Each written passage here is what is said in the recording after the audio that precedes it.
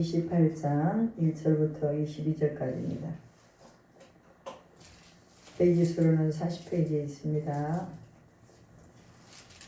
우리 다 같이 합독하시겠습니다. 이삭이 야곱을 불러 그에게 축복하고 또 당부하여 이르되 너는 가나안 사람의 딸들 중에서 아내를 맞이하지 말고 일어나 밧단 아람으로 가서 내 외조부 부두엘의 집에 이르러 거기서 내 외삼촌 라반의 딸 중에서 아내를 맞이하라. 전능하신 하나님이 내게 복을 주시어 내가 생육하고 번성하게 하여 내가 여러 족속을 이루게 하시고 아브라함에게 허락하신 복을 내게 주시되 너와 함께 내 자손도 주사 하나님의 아브라함에게 주신 땅 곧 내가 고려하는 땅을 내가 차지하게 하시기를 원하노라. 이에 이삭이 야곱을 보내어 그가 밧단 아람으로 가서 라반에게 이르렀으니 라반은 아람 사람 부두엘의 아들이요 야곱과 에서의 어머니 르브가의 오라리더라. 에서가 본즉 이삭이 야곱에게 축복하고 그를 밧단 아람으로 보내어 거기서 아내를 맞이하게 하였고 또 그에게 축복하고 명하기를 너는 가나안 사람의 딸들 중에서 아내를 맞이하지 말라 하였고 또 야곱이 부모의 명을 따라 밧단 아람으로 갔으며 에서가 또 본즉 가나안 사람의 딸들이 그의 아버지 이삭을 기쁘게 하지 못하는지라. 이에 에서가 이스마엘에게 가서 그 본초를 위해 아브라함의 아들 이스마엘의 딸이요 느바요스의 누이인 마할랏을 아내로 맞이하였더라.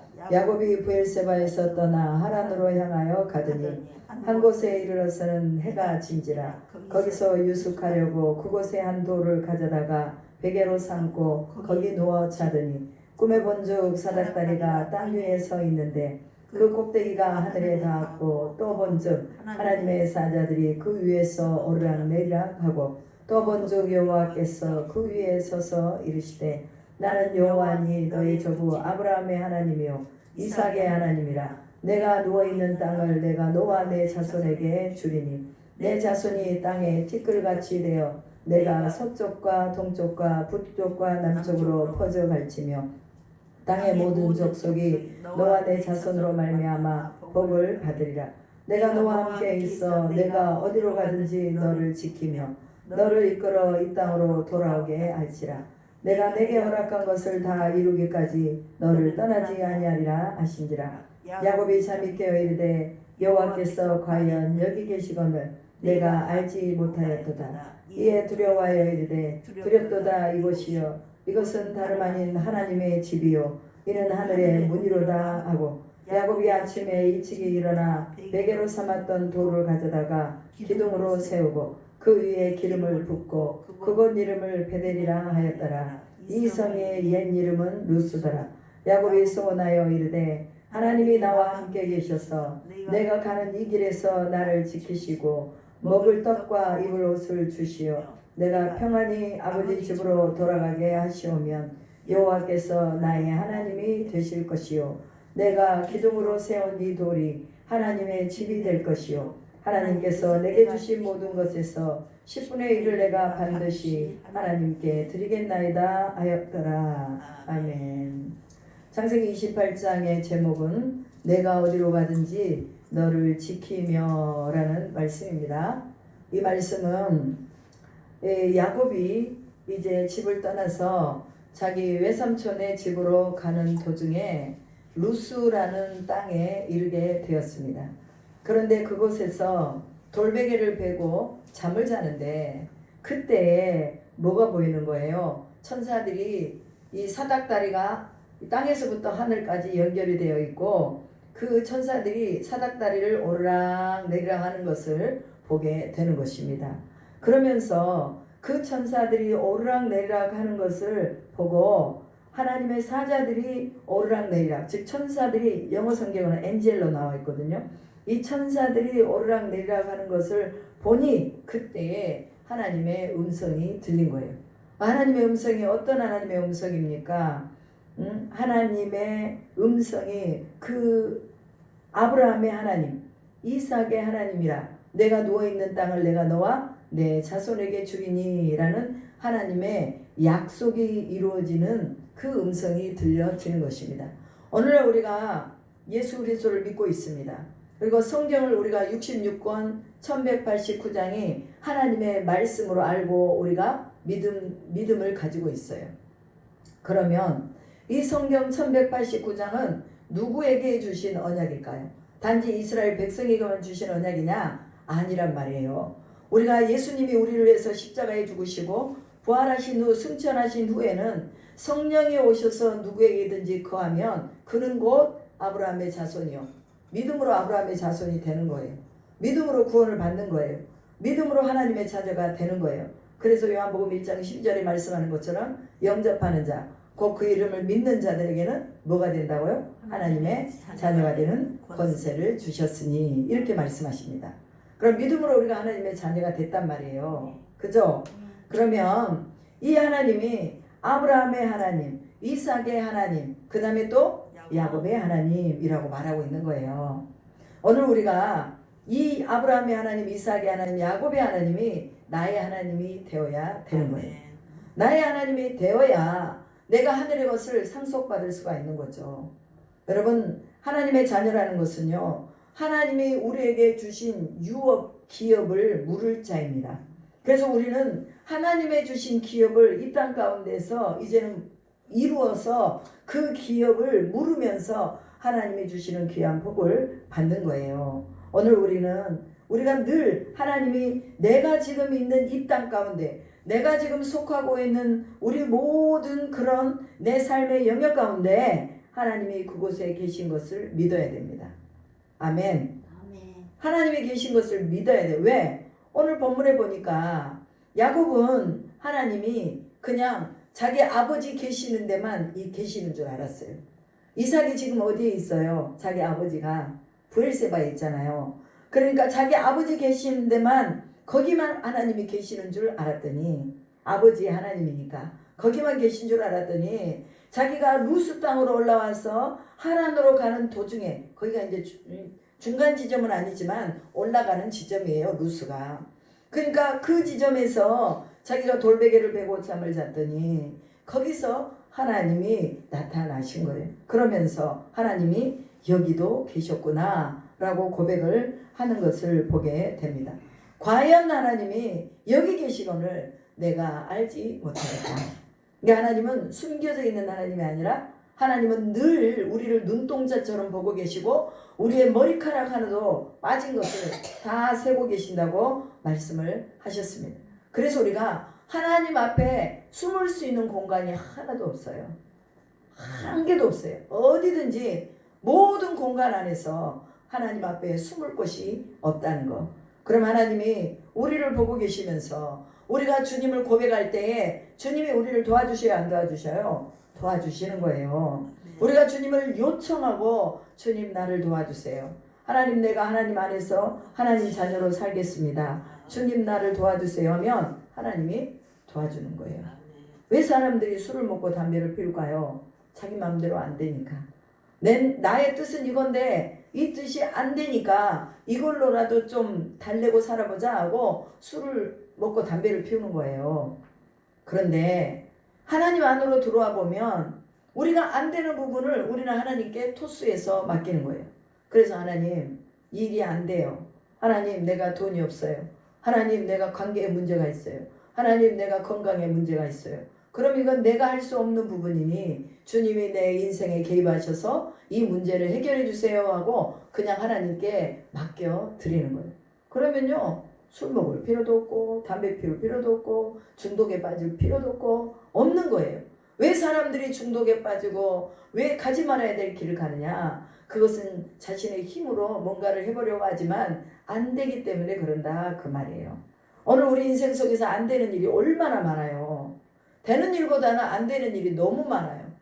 우리는 한 방에 뭔가를 해보려고 했지만 지금까지 되어지는 게 없다고 말해요. 그러면 우리의 인생을 다시 한번 정리를 해봐야 돼요. 정리를 해보고 내가 과연 다른 쪽의 길에서 나가서 허우적거리고 있었다면 이제는 하나님이 주시는 이 길 안에서 주님이 내게 주신 분복을 누리며 축복을 좀 받아보며 살겠다는 결단이 있어야 되죠. 여러분 이때까지만 해도요 야곱은 제대로 된 믿음은 아니었어요. 아 하나님이 여기 계셨구나. 그러면 하나님이 나에게 돌아오는 길에 내가 이 하란에서부터 돌아오는 길에 내가 먹을 떡이 없지 않고 내 의복이 없지 않고 나를 하나님이 부유하게 돌아오게 하실 때 내가 이곳에서 이제 뭐를 짓겠다고요? 하나님 앞에 예배를 드리고 제단을 쌓겠습니다 하고 약속하는 것을 볼 수가 있어요. 여러분, 신앙은요, 하나님 나를 뭔가를 해주면 내가 이렇게 하겠습니다, 이런 딜은요 초보적인 믿음을 가진 사람들의 딜이에요. 그러면은 우리는 어떠한 믿음으로 써야 되느냐? 설령 하나님이 우리에게 부요를 가져다 주지 않는다 할지라도, 내 병이 낫지 않는다 할지라도, 내가 기도했던 바들이 온전하게 이루어지지 않는다 할지라도, 그러나 나는 하나님을 버리지 않겠습니다 하는 이런 고백이 진짜 고백이에요. 이 고백을 누가 했어요? 구약에 보면 다니엘이라는 사람이 이 고백을 한 것을 볼 수가 있어요. 사자굴로 집어넣어라. 다리오 왕이 아닌 그 누구에게 기도를 하거나 절을 하는 사람은 사자굴에 집어넣어라. 그랬는데 진짜 다니엘이 하루에 3번 기도하는 것을 멈추지 않았어요.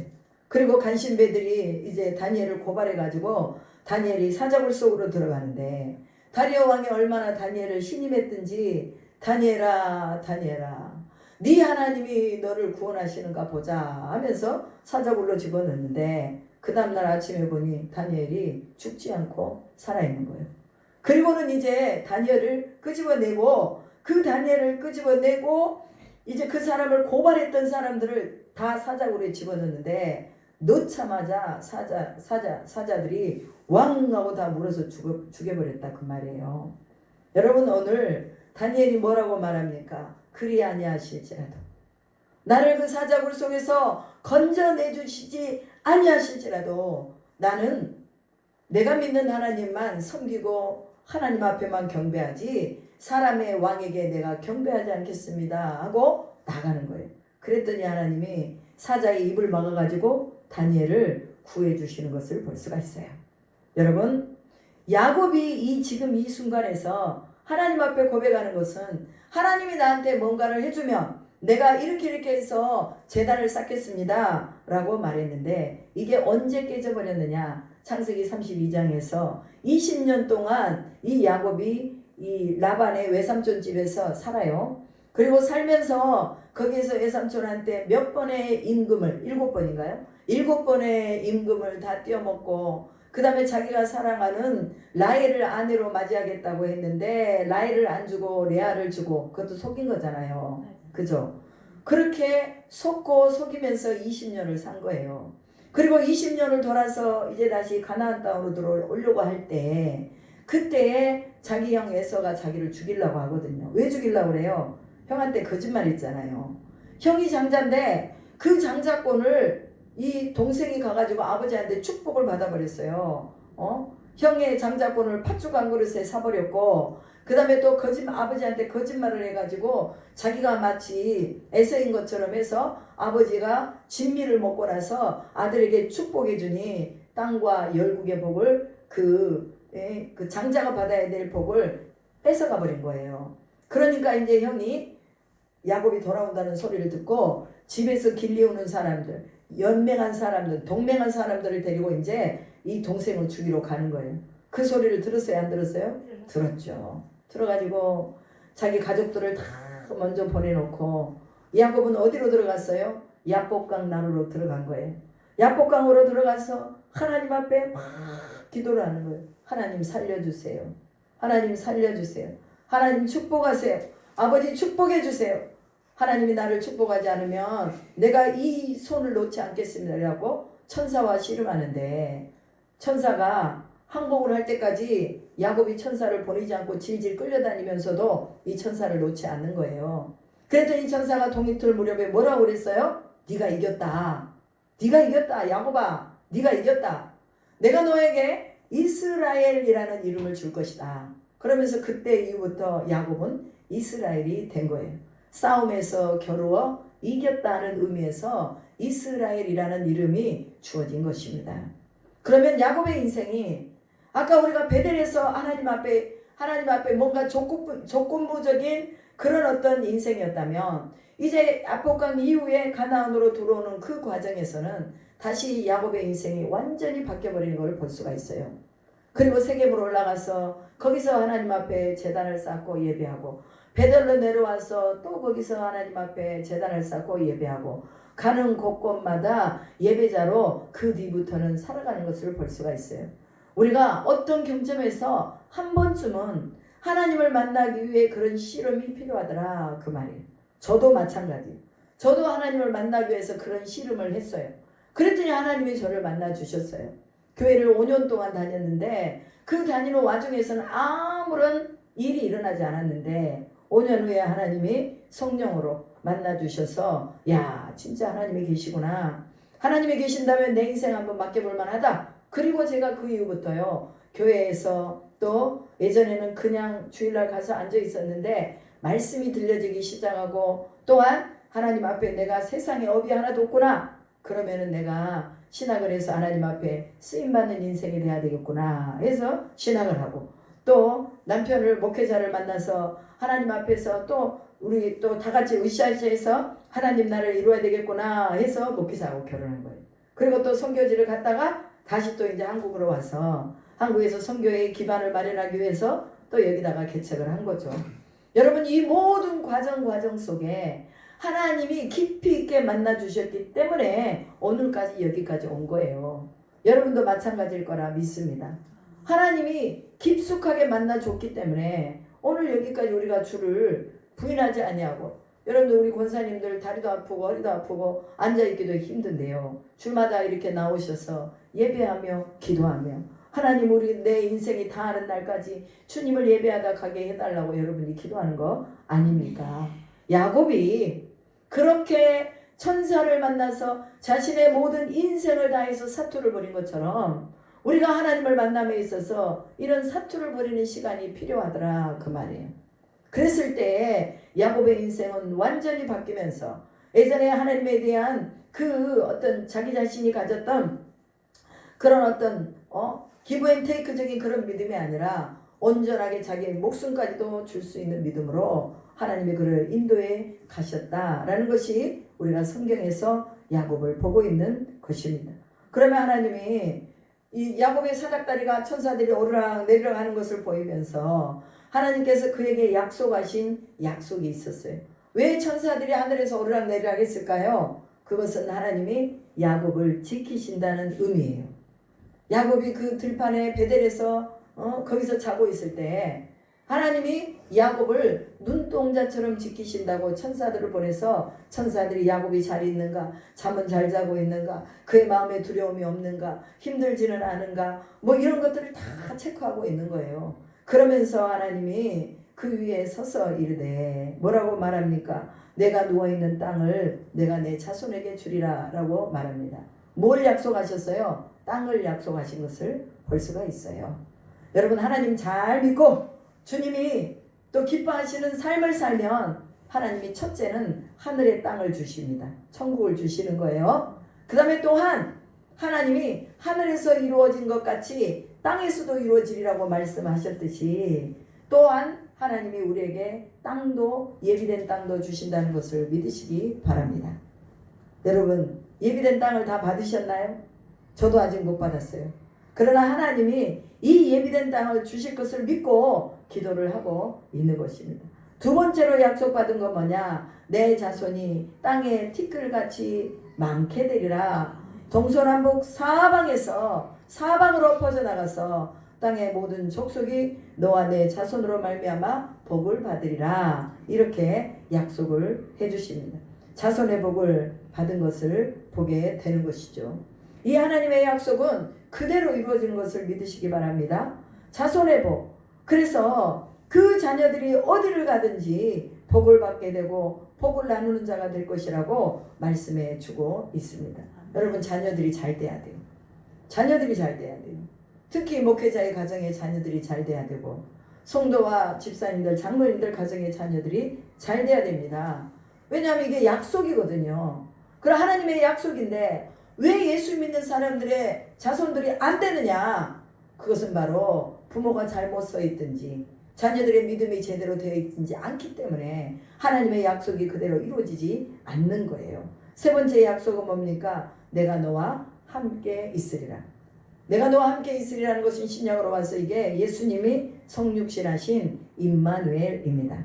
오늘 우리가 예수가 우리와 함께 하신다는 것, 이것이 바로 오늘 우리에게 주신 약속입니다. 그러면서 그분이 함께 하시니 내가 어디로 가든지 너를 지키며 너를 이끌어 이 땅으로 돌아오게 할지니 라고 말씀하시죠. 내가 어디로 가든지 너를 지킬 것이다. 하나님의 보호적인 프로텍션이 거기에 딱 인장의 반지처럼 마치 몸을 보호하고 있는 그런 외투처럼 그렇게 딱 감싸고 있다는 것을 말하고 있지요. 오늘 하나님이 여러분과 함께 하시는 걸 믿으십니까? 아멘. 아멘. 믿어야 돼요. 하나님이 우리와 함께 왜? 이게 말씀이잖아요. 하나님은요 시건치 아니하시고 곤비치 아니하시고 명철이 한이 없으시고 안 계신 곳이 없는 전능하신 분이에요. 이분이 바로 야곱에게 약속하셨는데 믿음을 가진 사람들이 우리가 하나님을 고백할 때 이 약속을 또한 우리에게 주신다는 것을 믿으시기 바랍니다. 야곱은 꿈을 꿨어요. 꿈이라는 것은요 계시의 전달의 방법이에요. 꿈을 꾸는 것은요 하나님이 주신 꿈은 계시의 전달의 방법. 그래서 하나님을 만나는 통로로서 꿈을 또한 사용하신 것을 볼 수가 있어요. 요셉이 그랬고 또한 오늘 지금 야곱이 그렇게 하나님과 만나는 것을 볼 수가 있어요. 어떤 사람들은 개꿈을 많이 꾸잖아요. 그런데 개꿈은 그냥 별로 그렇게 큰 영향가가 없어요. 그런데 하나님의 사람들이 꿈을 꾸면요 꼭 그 꿈을 그대로 이루어지는 것을 볼 수가 있어요. 제가 최근에 꿈을 꿨는데 우리 총회장 목사님이 선교국장 목사님이 저희 집을 오셨더라고요. 그래서 제가 그랬어요. 아니 총회장님이 어떻게 우리 집에 오셨어요? 그분은 아주 그냥 목회도 크게 하시고 그 다음에 또 만나는 사람들도 어디 뭐 교회 교단의 장이라든지 이런 사람만 만나지 저같이 이렇게 개척교회 조그만 선교지의 선교사를 만나러 올 분이 아니에요. 그런데 우리 집을 그분이 오셨더라니까요. 그러면서 저랑 같이 우리 집에 오셔가지고 담화도 나누고 또 차도 나누고 이러고 제가 잠이 깼어요. 그런데 그날 하나님이 누구를 보내줬냐면 저녁에 기도하러 나오는 그 집에서 수학선생 하시는 박수연 자매를 그날 보내줬어요. 그날. 그럼 저는 이제 어떻게 꿈을 해석하고 있는 거예요? 그가 바로 하나님이 보내신 자다. 이렇게 믿고 있는 거예요. 여러분 제가요 저녁 기도를 매일 8시 해야 되겠다 하고 생각하고 계속 제가 이제 혼자 나와서 기도를 하는데 어쩔 때는 또 막 피곤하고 그러면 안 나와지고 또 뭐 다른 일들이 있으면 안 나와졌는데 그 자매가 저녁마다 나오니까 저도 저녁마다 나오는 거예요. 저녁마다 나와서 그 자매는 3시간 동안 기도를 하고 가요. 3시간 동안 기도를 하는데 그 자매가 이번에 어제 뭐라고 그러냐면 목사님 참 이상해요. 그래서 왜요? 그랬더니 자기가 옛날에 기도를 하면 무슨 방언 자기가 방언으로 기도해도 이게 무슨 뜻인지 몰랐다는 거예요. 그런데 지금은 뭔가 하나님이 기도를 하면 하나님이 그냥 뭔가 영상 같은 거를 딱 자기 앞에다가 갖다 준다는 거예요. 그러면서 자기 자신의 상태를 보여주고 다른 사람의 상태를 보여준다는 거예요. 아 이게 신기하다고. 옛날에는 이런 적이 한 번도 없는데 목사님하고 기도하니까 이게 열린 것 같다고. 제가 그런 은사를 받았거든요. 기도하면 딱 보여요. 근데 이 자매가 지금 기도하면서 그걸 보는 거예요. 그러면서 제가 목사님하고 기도를 해야 되겠어요. 목사님 꼭 저녁으로 같이 저랑 기도하시게. 나 혼자 기도하면 안 되니까 목사님 꼭 같이 기도하시게요. 그러면서 오늘 또 몇 시에 나오냐고 물어보더라고요. 여러분 이게 뭐냐면요. 하나님께서 함께 하신다는 계시의 전달 방법으로 지금은 기도를 쓰고 계십니다. 꿈도 꾸게 하시고 기도도 하게 하시고 말씀으로도 하나님이 전달하시는 거예요. 그럼 우리가 이 3가지 방법 중에서 어느 것 하나는 나한테 맞는 게 있어요. 나는 성경만 보면 하나님 나한테 응답하시더라 하는 사람이 있고 나는 기도만 하면 하나님 응답하시더라. 나는 꿈을 꾸면 꼭 그 꿈을 통해서 하나님이 응답하시더라. 이런 게 있어요. 그러니까 한 가지 방법으로 역사하는 게 아니라 여러 가지로 하나님이 역사하시기 때문에 그 모든 것이 다 뭐다? 하나님을 만나는 통로다. 또 어떤 분은요 꿈을 꿨어요. 그런데 큰 눈구렁이가 막 자기를 쫓아오더니 이제 막 도망가니까 용으로 변해가지고 이분을 쫓아가고 그분이 필리핀 선교사님인데 용으로 변해가지고 막 쫓아오더래요. 그래갖고 주야 하고 달려가지고 자기 대문을 들어가고 콱 닫았더니 세상에 용 머리가 저기 그 대문에 탁 걸려버린 거야. 그래가지고 문이 안 닫아진 거야. 그러니까 이 문을 찾고 주야 하다가 깼다는 거예요. 이게 뭐예요? 나한테 그러더라고.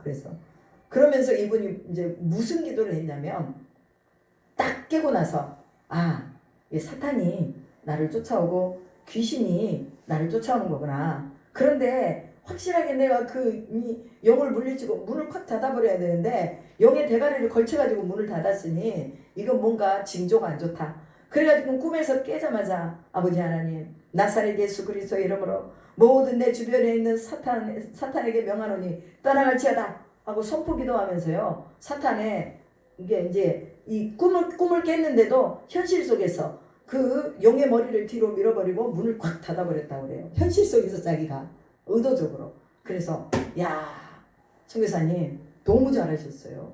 그게요. 꿈에서 그렇게 안 좋은 꿈을 꿔도 현실 속에서 우리가 예수의 이름으로 그것을 물리치고 그 다음에 그것을 퇴치하고 문을 닫아버리는 거 그거 너무 잘하셨다고. 오늘 우리가 그렇게 해야 된다. 안 좋은 꿈을 꿀 수가 있습니다. 그렇지만 뭐예요? 그 꿈이 안 좋아도 예수 이름으로 그 꿈을 퇴치를 해버리면 되는 거예요.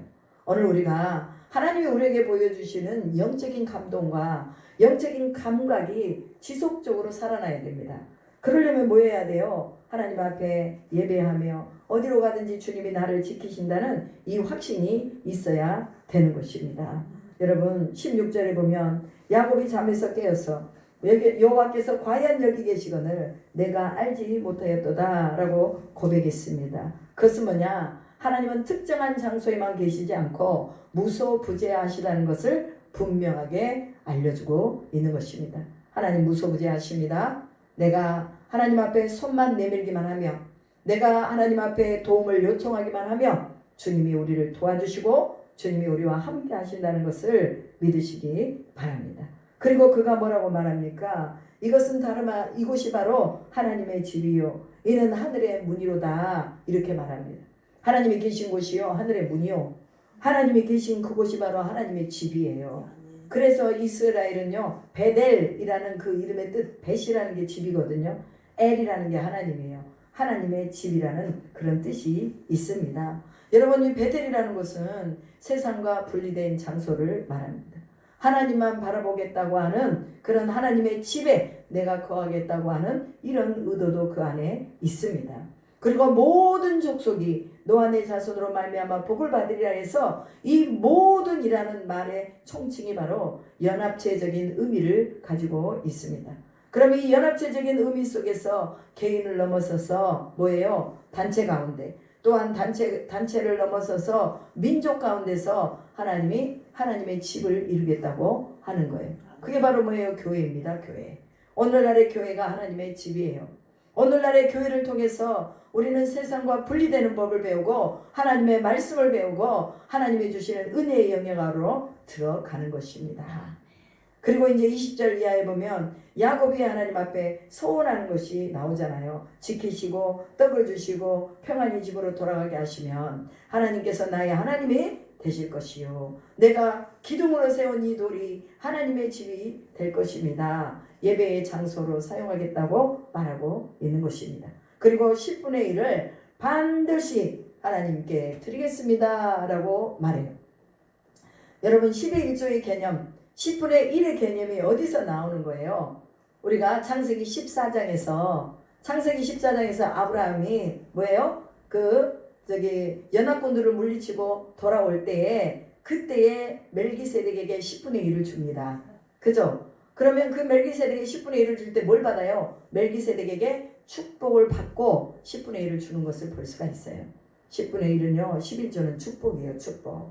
하나님이 우리에게 주는 복입니다. 근데 여기서도 보니까 내가 10분의 1을 반드시 하나님께 드리겠나이다. 그러면서 모든 삶이 하나님의 주신 여호와의 것입니다. 여호와의 성물입니다. 라고 인정하면서 하나님 앞에 드리겠다고 고백하는 것을 볼 수 있습니다. 레위기서 27장 30절에 보면 여호와의 것, 여호와의 성물이다 라고 분명하게 10분의 1을 말하고 있는 것을 볼 수 있어요.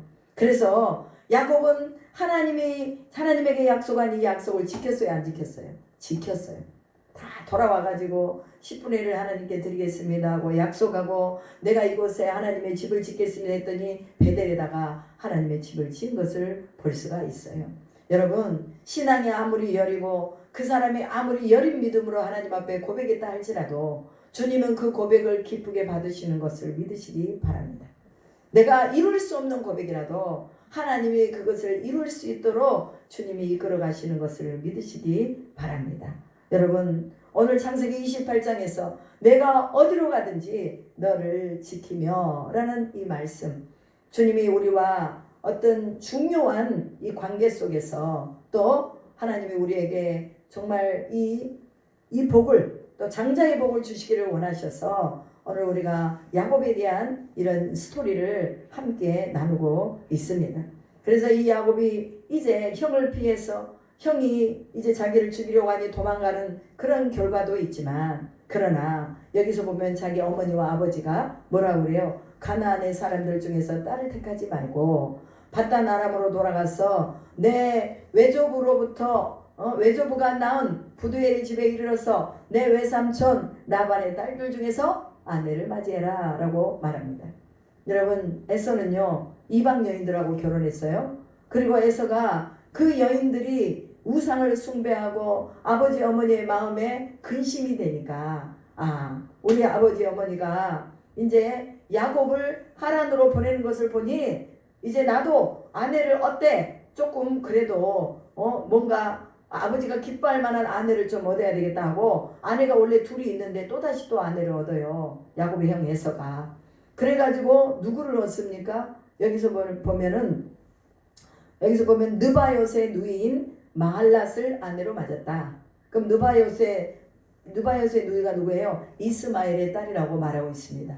이스마엘은 누굽니까? 아브라함이 그 몸종을 통해서 낳은 아들이 이스마엘이에요. 그럼 이스마엘의 딸인 느바요스의 누이인 마할랏을 아내로 얻었다고 말하니 아버지가 그래도 조금 기뻐하시지 않을까라는 그런 생각을 한 거예요. 그런데 이거는 인간의 생각이죠. 여러분, 우리가 가지고 있는 것들이 삐뚤어지고 잘못됐으면 그 안에서 맞춰 나가려고 해야지 다른 것을 선택해서 그것을 가지려고 한다면 그것 또한 뭐예요? 부모의 근심이 되는 거예요. 오늘 우리가 가지고 있는 것, 우리에게 속해 있는 것들이 완전하지 못하다 할지라도 그러나 우리는 그 안에서 하나님이 우리에게 주신 분복을 누리려고 해야지 다른 것을 찾아서 또다시 아내로 삼는다든지 남편으로 삼는다든지 이런 것 자체도 이것이 하나님의 근심이 된다는 것을 알아야 됩니다. 전능하신 하나님이 야곱에게 복을 주셔서 내가 번성하게 하고 내가 여러 민족을 이루게 하고 아브라함에게 허락하신 복을 내게 주시되 내 자손에게도 주사 하나님이 아브라함에게 주신 땅, 내가 고려하는 땅, 내가 차지하게 하시기를 원하노라. 이게 아버지 이삭이 야곱에게 축복해 준 축복입니다. 보내면서. 그러니까 이방 여인하고 결혼하지 말라는 거예요. 여러분, 결혼 잘해야 돼요. 결혼 잘못하면 평생을 고생하잖아요. 하나님이 우리에게 하시는 이 약속의 결혼을 해야지 인간이 보기에 좋고 사람의 딸들 눈에 보기에 화려한 결혼을 하면 결과적으로는 뭐예요? 부모의 근심이 되고 하나님의 근심이 되는 것입니다. 내게 복을 주어. 이것은요 완료형이에요. 줄 것이다. 미래형이 아니라는 거예요. 하나님의 약속은 신뢰하는 모든 사람들에게 말씀으로 하나님이 다 현재의 진행형으로 주신 것입니다. 완성된 언어로 주신 거예요. 그래서 여러분이 복을 받은 줄로 믿으시기 바랍니다. 복을 받을 것이다가 아니라 나는 복을 받았다 이렇게 믿으라 그 말이에요. 내게 복을 주었다. 누가? 전능하신 하나님이. 그러니 너는 뭐해라? 이방 여인들하고 결혼하지 말아라. 이제 너는 우리 이 선택된 이 족속으로 인해서 결혼을 해야지 이방 여인하고 결혼하면 안 된다. 네 결혼이 내 부모의 근심이 되어서는 안 된다라고 어미와 아비가 이렇게 말하니 야곱이 형을 피해서 바단 아람으로 갔지만 그러나 결과적으로는 누구를 만나기 위해서 간 거예요? 라헬을 만나기 위해서 간 거예요. 자기 아내인 라헬이 거기 있었잖아요. 그래서 거기 가서 이제 또 결혼하고 거기서 자녀를 낳아서 12명의 이 야곱의 아들들은 12명입니다. 12명의 자녀를 낳잖아요. 오늘 여러분, 하나님이 우리에게 복을 주시는 거 어디로 가든지 너를 지키며 이것을 꼭 기억하시기 바랍니다. 나는 혼자가 아니다.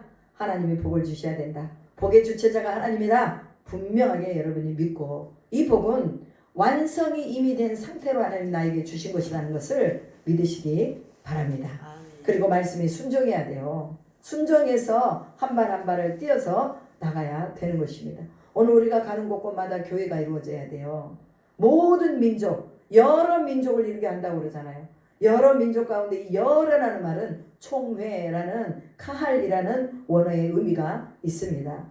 이 카할이라는 원어의 의미가 회중인데 회중에는 신약으로 와서 에클레시아라고 말합니다. 에클레시아는 교회를 말하는 거예요. 이 복이 어디에 있다는 거예요? 교회에 있다는 거예요. 여러분, 하나님이 주신 복이 교회 안에 있고 하나님이 주신 복이 믿음의 선택 안에 있다는 것을 믿으시기 바랍니다. 그리고 에서가 가만히 보니까 아버지가 이걸 좋아하시는구나. 내가 이걸 이렇게 하면은 아버지가 나한테도 좀 복을 주겠지? 해가지고 또 다른 여자랑 결혼을 하잖아요. 이 복의 개념이나 관념은 그런 게 아니에요. 내가 잘못되어 있으면 나를 고치면 되는 거예요. 다른 걸 가져서 그 복이 오는 게 아니라 나를 고쳐야 복이 오는 거예요. 내 마음을 고치고 내 태도를 고치고 내 삶을 고쳐야 복이 오는 거지. 아내들을 아버지가 이방년이라고 좋아하지 않는다고 다른 아내를 또 하나 얻어갖고 오면 그런다고 아버지가 좋아하냐고 말이에요. 오늘 우리가 가지고 있는 거 소중하게 여기며 우리가 고쳐야 될 부분을 신중하게 고쳐나가면서 하나님이 우리에게 주신 복을 잃어버리지 맙시다. 그리고 또한 또 하나님과 약속한 그 모든 약속들은 하나님이 먼저 지키시고 우리도 또한 하나님 앞에 약속을 지켜야 된다는 거 기억하면서 오늘 야곱이 받은 이 분복을 받아 누리기를 주님의 이름으로 축복합니다. 기도하겠습니다. 하나님 감사합니다. 내가 어디로 가든지 너를 지키며 라고 말씀하셨습니다. 오늘 이 말씀이 우리의 삶 속에서 우리의 인생 속에서 늘 함께 하시는 것을 믿습니다. 하나님, 야곱의 인생이 그렇게 녹록하지 않았습니다. 형을 그가 속였는데 그 자신의 인생은 20년 동안 속고 살았습니다. 하나님, 방법과 또한 여러 가지 과정이 잘못되어 있었지만 그러나 하나님은 야곱을 통해서 또한 장자의 귀한 축복을 뽑아내셨습니다. 하나님, 우리에게도 또한 장자의 축복이 있다는 것을 믿게 하시고 하나님이 우리에게 주신 분복이 있다는 것을 믿게 하셔서 절대로 우리가 세상의 것에 취해 살지 않도록 도와주시고 하나님께 모든 걸 맡기며 하나님 도와주세요. 아버지 도와주세요. 하나님 앞에 도움을 요청할 수 있는 저희 모두가 되게 하시고 무엇보다도 믿음의 눈이 열려져서 우리가 우리의 가슴에 변하지 않는 믿음, 우리가 죽음 앞에 서 있다 할지라도 예수를 부인하지 않을 믿음, 그리 아니하실지라도의 이 믿음을 가질 수 있도록 인도하여 주시옵소서. 그렇게 하실 줄 믿고 감사드리며 우리 구주 예수 그리스도의 이름으로 기도드립니다. 아멘.